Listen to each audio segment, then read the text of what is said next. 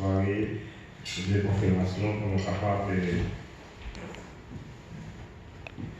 de traiter ce sujet, ce grand sujet, une famille chrétienne réussie.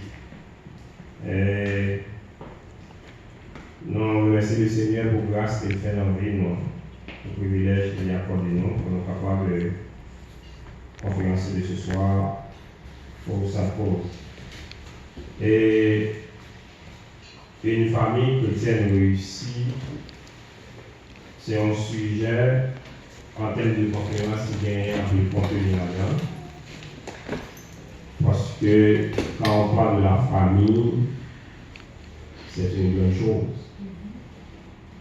De plus, une famille réussie, une famille chrétienne réussie, c'est encore extraordinaire. Mais ce soir, j'aimerais partager en morceaux ce sujet. Et nous avons que nous voyons avec moi, dans le sujet, ça, une famille chrétienne réussie, d'abord une famille. Ou bien on a dit la famille. Deuxièmement, la famille chrétienne. Et en un mot, et la famille chrétienne réussie ou bien une famille chrétienne réussie. Et c'est important pour moi capable d'aller dans la racine mon sens avec pour qui c'est la famille, pour nous capables de ouais et côté mon famille ça sorti et qui plusieurs entités qui constituent famille, combien de types de famille qui gagnent, et à partir de là, nous allons rentrer dans ce grand sujet de famille chrétienne. Tout d'abord, et le mot famille, c'est un mot qui sortit dans le grec, qui c'est phikonia. Et c'est le petit Robert qui définit dans le cas d'origine grecque. Mais le mot famille, il y a un sens large, il y a un sens restreint.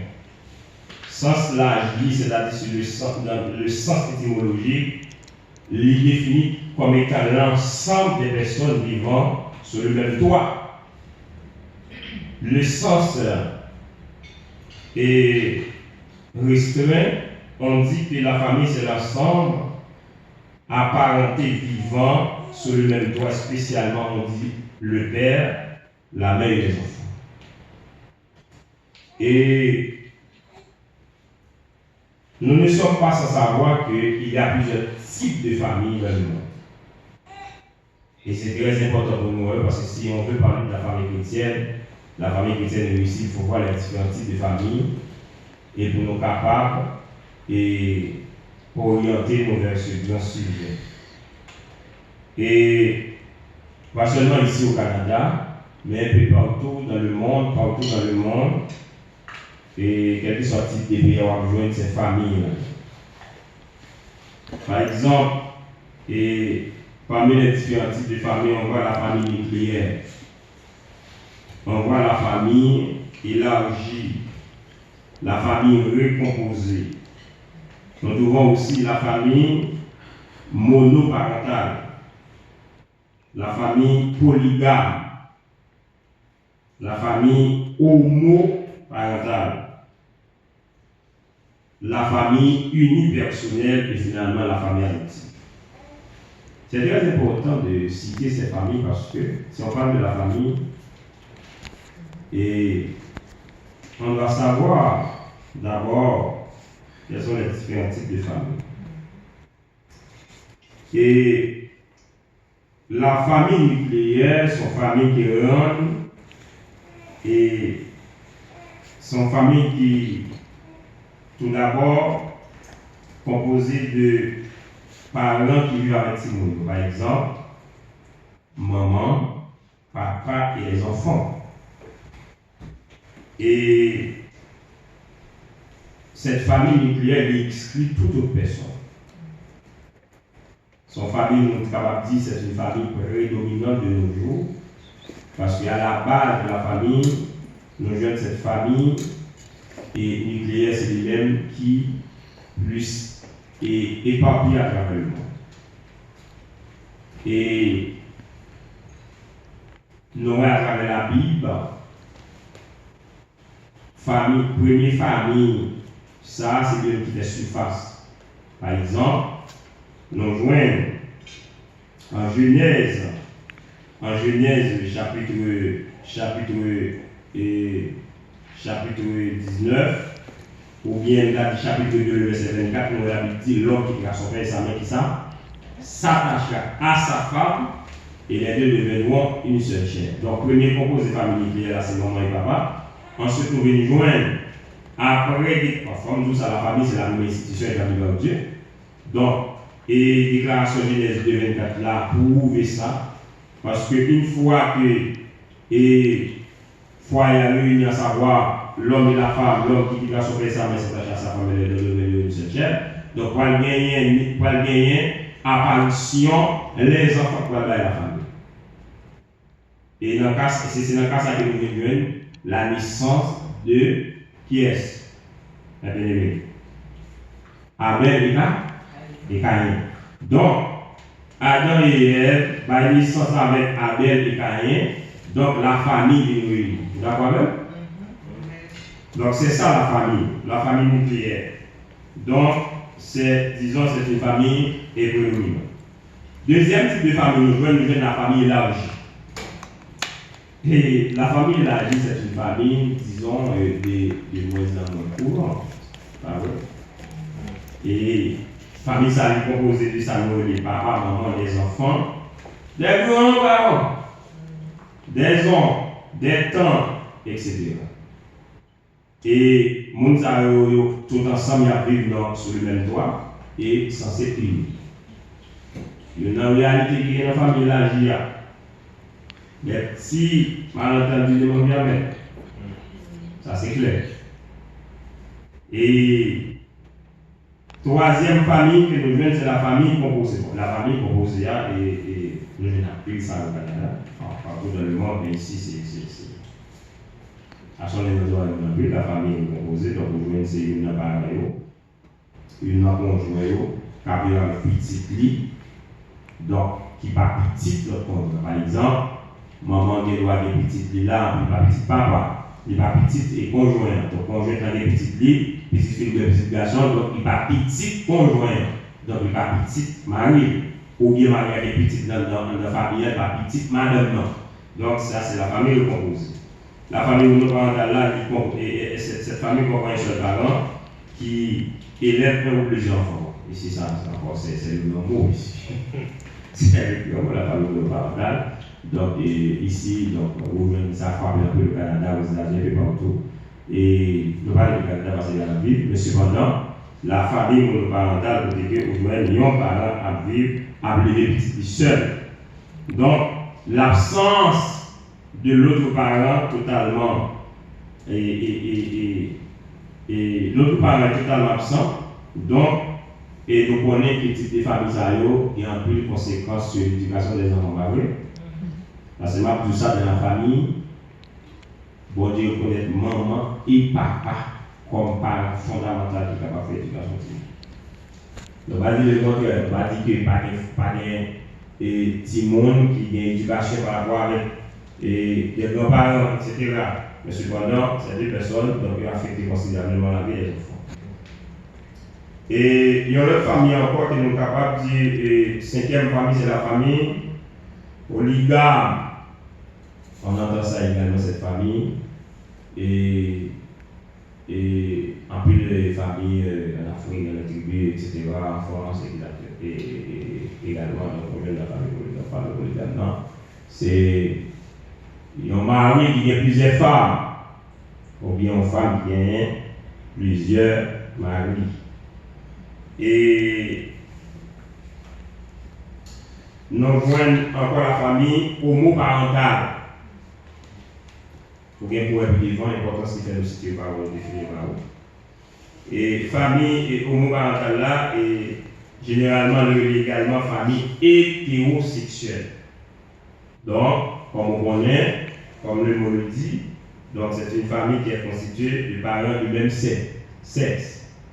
Donc, famille homoparentale là, aux jeunes deux garçons qui pratiquement adopté Timon, etc., il a sa famille également. Et la dernière famille, c'est la famille unipersonnelle. C'est un maman ou bien un papa qui a moyen, qui doit, pour une raison ou l'autre, sa conviction personnelle, il décide pour vivre seul comme célibataire. Donc, lui, pas gagné, et conjoint avec lui, va demander la vie pour lui. Donc, et cette famille concerne toute personne qui décide de vivre seule, donc, et qui établit ses relations avec cette image. Donc, par exemple, nous avons une veuve, donc il fait partie de famille universelle là, ou bien un parent qui sont sentiments. Dernière famille, pour nous toucher à voir, c'est la famille adoptive. La famille adoptive, vous connaissez comme le mot le dit. Donc, et cette famille adopte un ou plusieurs enfants. Et ici au Canada, nous avons pas de famille comme ça, par exemple la famille d'accueil, donc nous jouons la famille, donc avec les personnages, etc. Il y a une famille adoptive, et va les gens là-dedans et adopter les animaux. On dit c'est une famille. Eh oui, vous avez la famille adoptive. On adopte un chien ou bien des chiens, avec son temps de c'est la famille. Donc, et ce soir, on parle de la famille chrétienne réussie. Et en nous prenant famille chrétienne maintenant, nous avons avancé pour nous capables de réunir sujet. Nous avons parlé de la famille. Nous voulons parler de la famille chrétienne. C'est quoi une famille chrétienne? Parce que c'est important pour nous toucher tout l'aspect famille avant. Pour nous capables de tomber dans la famille chrétienne parce qu'on fait une conférence, pas vrai? Il faut qu'on ait, parce qu'ici, les mots ne sont pas innocents. On n'a pas là avec mon dernièrement de dire, il n'y a pas de leader évangélique de combattre, il faut définir les mots. Parce qu'il y a tel mot, sans lui dire pour tel mot, il va dire ça, il va dire même pas quelque chose. Et mots n'est pas innocent. Ici, on ne joue pas avec les mots. Donc, et c'est peut-être ça qui fait que nous voulons décortiquer, nous voulons défricher mon groupe pour capable, pour être sensible. Et parce que il y a des gens qui, d'une manière volontaire ou volontaire, qui plongent dans l'hypocrisie avec les mots et qui ont leur sens qui est mot ou bien sens qui est libéré réalité avec eux. Qui sont une famille chrétienne? Une famille chrétienne, c'est une famille, tout d'abord, qui, dans la foi en Christ, son famille qui d'abord reconnaît Jésus-Christ comme maître et sauveur. Donc, ni conjoint ni conjointe blanc, tout d'abord, ils ont accepté Christ comme maître et sauveur. Donc, ça veut dire que pendant que dans la famille chrétienne, tout d'abord, on voit le foyer chrétien, n'est-ce pas? Le foyer chrétien. Avant d'entrer dans la famille, c'est le foyer. Donc, maman, papa, c'est deux mots qui acceptent Christ. Vous avez ouais, conférence hier soir, vous avez touché pour ça avant, vous avez montré que on ne parle pas comme ma chanson. Il y a un foyer chrétien, tout d'abord, c'est deux mots qui confessent Jésus-Christ et l'être sauveur, qui d'abord acceptent Christ et qui ont marché dans la foi. Donc, avec l'arrivée des enfants, les enfants aussi sont dans la foi. C'est ça que fait. Vous devez aller en mission avec Marie, madame, ou continue 2-3 ans en mer, par une force ténèbre, ou bien d'adi, dans le genre mondial, des mots capables pour un petit tour, en mission. Ça fait ça parce que, ou bien ça a la puissance qui peut voir pour le monde. Qui est différent de famille païenne qui t'a sorti, non, qui t'a sorti dans le cadre comme ça. Donc, il y a une famille chrétienne. Son famille qui est dans la foi et cette foi est confessée sur Jésus-Christ à travers sa mort et sa résurrection. Et suivi des enfants qui sont aussi dans la foi. Bien entendu, avec l'âge quand l'enfant il vient raisonnement, il vient capacité de il vient capacité de discernement pour discerner le bien et le mal, l'enfant doit s'identifier par rapport à sa foi personnelle. Donc, en famille chrétienne, c'est pas un croyant avec un incroyant. Non, ça ne se fait pas. Parce que la parole de Jésus dans 1 Corinthiens chapitre 6, verset 14 et à 17, il n'y a pas de rapport entre Christ et Bélial, entre le fidèle et l'infidèle. L'évangile est radical. Donc, quand je dis l'évangile est radical, pas de rapport de lumière et ténèbres. Bon proverbe en Haïti qui dit, mais les couleurs là à l'école, c'est où, fait chita, c'est D. Au pas qu'un chrétien régénéré sanctifié, qui est souvent son beau jeune gens ou une belle demoiselle dans le monde, qui doit faire voir avec elle. Quel que soit pour lui, qu'est-ce que tu apprends, ou à mener l'église, ou à bosser, ou à mettre le temps pour faire morale toutes ces blagues. La Bible claire sur ça par rapport entre l'infidèle et le fidèle. Dans le monde, on travaille même pour t'accompagner. Ou dans la même université, ou dans la même école avec. Ou bien doit les mêmes projets de travail qui sortent de travail de l'université à faire ensemble. Mais faire vie ensemble, non. Le pourquoi, c'est parce que l'incroyant, c'est une personne sans foi ni loi. Alors, je parle de la loi divine. Je parle de la foi en Christ. Ok? Donc, si on va chercher, c'est dans le monde, on va chercher, vous cherchez mal. Et vous pouvez payer ça très très cher. Et nous connaissons pas mal de monde qui paye ça cher. Car dans le monde, on a fait choix. Et nous, l'Éternel dit d'Israël pas bon rapport avec les Philistins, les Sadducéens, les Carolésiens. Parce que qui ça va rien faire? Mais la vraie à l'eau, l'homme, si on va aller dans l'église, ou le Chicago, on va convertir, c'est la vraie à l'eau dans le monde. Donc, pas de rapport entre eux. Et d'ailleurs, on ne lui pas qu'à l'endroit. On lui demande qu'à attirer un fait, mais pas un. Donc, les croyants est sans la foi en Christ. Le croyant est dépourvu de la présence de l'Esprit de Dieu. En un mot, le croyant n'appartient pas à Dieu. Le croyant fait partie des créatures de Dieu, mais pas enfant de Dieu. Celui qui est enfant de Dieu, c'est celui qui est d'abord donc confesser sa foi en Christ en acceptant comme Dieu sauveur. Et nous disons que la famille chrétienne est capable de famille nucléaire, est capable de famille élargie, parce que vous connaissez maman convertie, papa converti, tonton converti, et ma tante convertie, grand-père, grand-mère convertie. Une famille chrétienne peut être également une famille, disons, recomposée. Comment nous dire recomposée?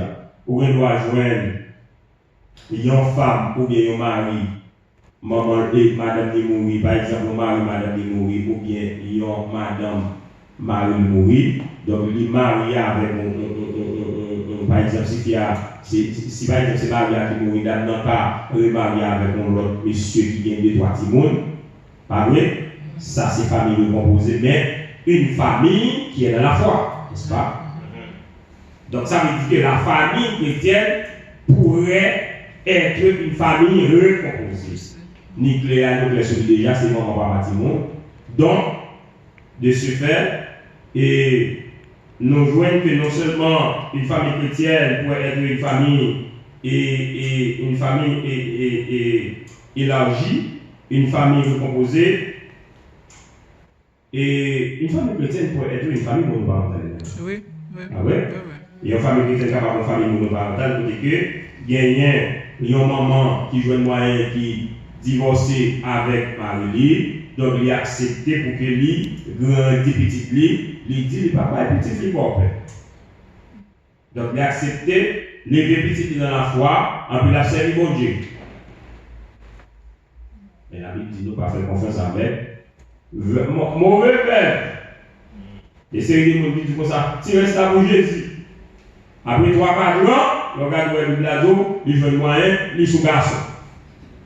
Après commence à créer le problème de l'église. Ça il faut vivre. Vrai veuve là, il a décrit déjà comment et nous pouvons considérer les vrais veuves. Une famille monoparentale, une famille chrétienne peut être également une famille unipersonnelle. Ouais, c'est ça qu'il faut définir famille avant avec différents types de familles. C'est parce que nous pourrons aller avant nous embrasser tout sujet dans la conférence là, il faut que nous soyons capables. Et parce que ici, tellement de dégâts avec les mots, tellement de catastrophes dans l'interprétation, donc il faut qu'on touche racine tout bagaille en peut dire ça c'est clair. Parce que l'évangile pas de café primaire. Ça c'est droit de c'est droit. Ça c'est blanc de c'est blanc. Donc, nous dit une famille chrétienne peut être une famille unipersonnelle. Qu'est-ce que ça veut dire? Il y a une veuve qui sont frères veuves, parce que la plupart des veuves tout à l'heure. Les gens ont moyens, Marie mourit depuis 5, 10 ans, 15 ans, puis la private mourit. Donc, ça veut dire que son famille chrétienne, n'est-ce pas?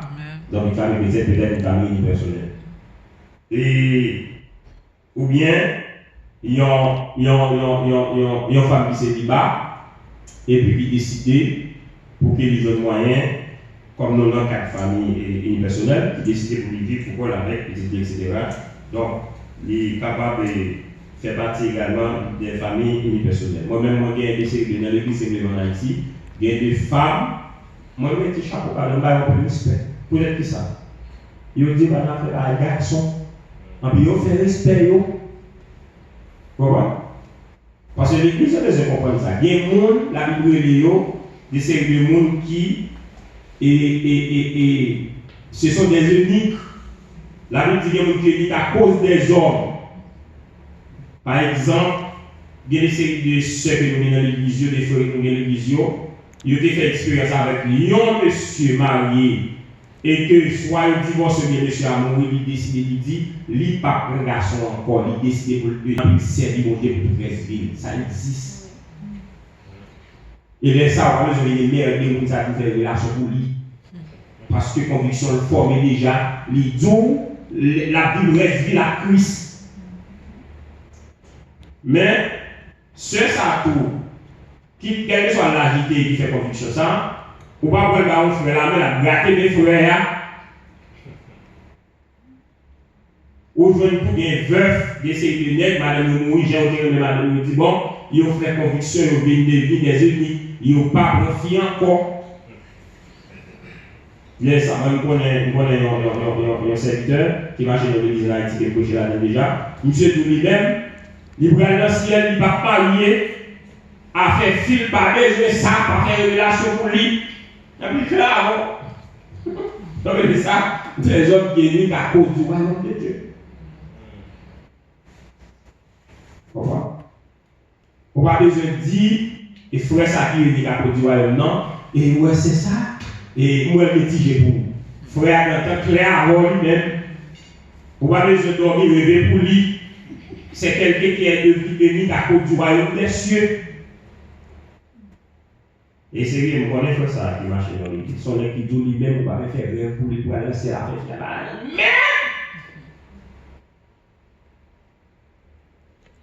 Donc, forme nous clair. L'évangile, c'est le dernier côté pour honnête. C'est tout. Si vous ne pas honnête à tes comptes, vous ne pas honnête à vous encore. Ou est-il à cause du royaume des cieux, fort clair, tout le monde a connaît que vous sont élus, vous sont monde qui viennent faire respect.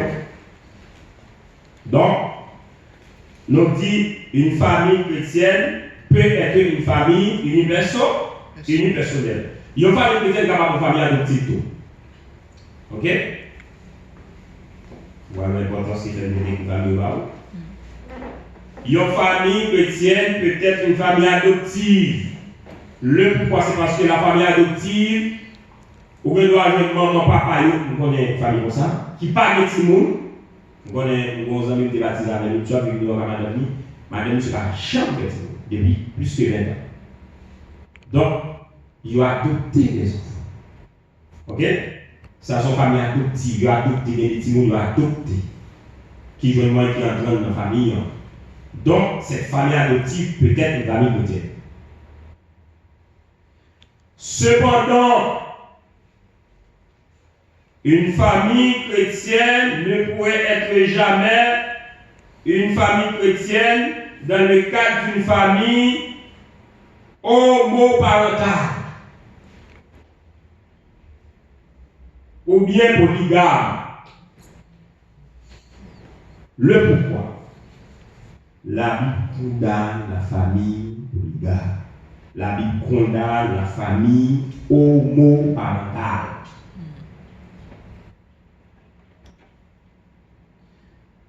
Famille polygame, qui ça dit?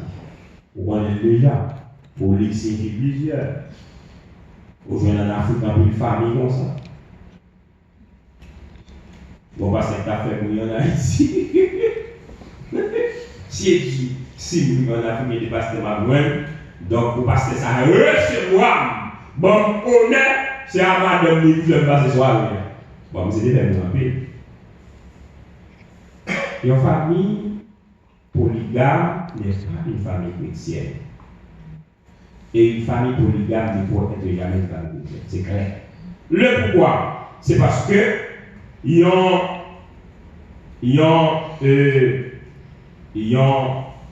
famille polygame dans son mari qui a plusieurs filles.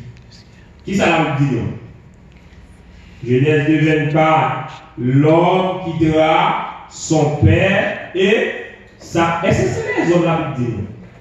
La Bible dit non, les hommes disaient, les hommes quitteront leur père et leur mère, non? La Bible dit l'homme quittera son père et s'attache à sa femme et les deux deviendront une seule chair. Donc la Bible est. Et nous jouons ça. Et Éphésiens également, chapitre 5, verset 28-29 jusqu'à 31, etc. Genèse 19, etc. Nous joignent qu'il a pu condamner, Genèse 19 a pu condamner ça par rapport avec les gens de Sodome et de Gomorrhe. C'était des hommes homosexuels. L'Éternel il édifie sous eux, il juge eux. Mon famille chrétienne par exemple, mon famille homo-parentale. Mon famille homo-parentale par exemple, mon famille chrétienne. Parce que la Bible n'est pas d'accord, il y a une famille pour le composer, pour ces familles chrétiennes, pour ces deux garçons qui vivent ensemble en plus gros petit monde dans le temps. Bon, il y a d'autres petits monde parce que ces deux garçons à faire ça. Et ça fait d'eau, le chrétien averti, le chrétien convaincu dans la parole de Dieu, il faut condamner la raison. La Bible dit condamner les hommes de Dieu. Oui, nous parlons même travail avec le monde qui c'est homo. Ça c'est conviction, ça ne fait pas, ça c'est privé, pas vrai? Ok? Mais les propositions pour venir prêcher,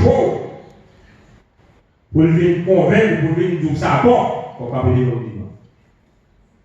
Mais pourquoi pour des arguments? Ou bien quelqu'un qui conviction dans pourquoi? Donc, il y a une famille homoparentale et pour être jamais une famille chrétienne. Il y a une famille mono, il y a une famille, excuse-moi, une famille polygame, pas jamais une famille chrétienne parce que les polygamies, pas qu'à faire partie de la famille chrétienne. Les homoparentales, femme à femme, garçon à garçon, ils doivent convertir, accepter Jésus d'abord, puis quitter sa affaire. Parce que c'est quelque chose qui est condamné par la Bible. Un seul homme, une seule femme. Et la famille chrétienne, comme nous venons de dire tout à l'heure, c'est une famille régénérée qui croit en Jésus-Christ, qui confesse la foi en Christ. Donc, et la famille chrétienne réussie, ça c'est un plus gros dossier encore parce que dans la famille chrétienne réussie, nous venons d'abord le foyer réussi. On ne peut pas parler de la famille chrétienne réussie si on ne parle pas d'abord des foyers réussis, n'est-ce pas? Comment le monde étant que chrétien, il rencontre. Comment chrétien est capable de rencontrer Marie là pour vivre demain, mari et femme. Puis on prend un engagement sur le plan religieux et un engagement sur le plan et civil. Parce que là, on comprend le mariage avec des aspects, un aspect religieux, un aspect civil. Là, on a dit qu'on ne veut pas ça civil, il n'y a pas vraiment entre l'église, il n'y a pas un aspect religieux. Ça, c'est un monde qui a pris moyen pour faire pécher là-bas. Mariage, il y a des aspects, le mariage chrétien, il y a des aspects là-dedans. Il y a un aspect civil, il y a un aspect religieux. Ok? Oui, on a des état civil, ou faire une déclaration, ou faire civil, ou faire là. Mais, et l'église, et devant Dieu. Attention, on parle de foyer chrétien. On ne parle pas de foyer dans le monde. On dans le monde, on a vu marié. Et puis, comment le marié là, c'est à civil le passé. Après, à civil, le mener vie, etc. Pour qu'on dise, ça relève fornication. Imaginez un qui s'est membre de l'église, qui ça le fait, il joue un moyen, il passe à civil pour le faire à la résidence. Après ça, et diaspora en dit, la couche à diaspora. On a fornication.